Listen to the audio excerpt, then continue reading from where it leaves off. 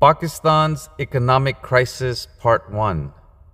Pakistan is currently facing one of the worst economic crises in its history, and many people are blaming the Prime Minister. However, what we don't realize is that Pakistan's economic downfall has been happening for 70 years. In the past 30 years, the International Monetary Fund has bailed the country out 13 times.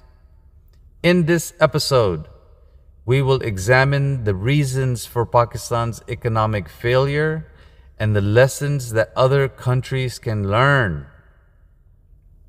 The first and the most obvious reason for Pakistan's failure is political instability. Not a single prime minister in Pakistan has completed their term. The country has swung between democratic and military rule, with every leader trying to rectify the mistakes for their predecessors. By the time they start to act, they are overthrown. For example, General Zia took over the government in 1978 and imposed a military rule, banning unions and the media. He also took massive loans from around the world.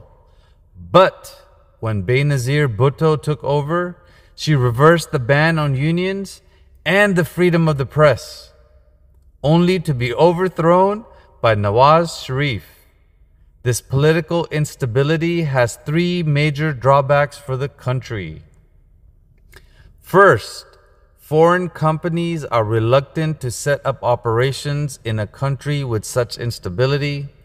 The fear of a sudden change in tax laws or economic policies makes business unviable.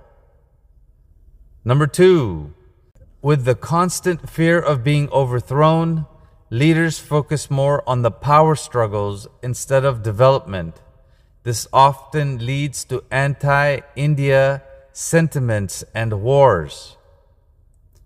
Lastly, this political instability has a negative impact on the economy, leading to a need for loans and a decrease in foreign investment. In conclusion, political instability is the first and the most important reason for Pakistan's economic failure.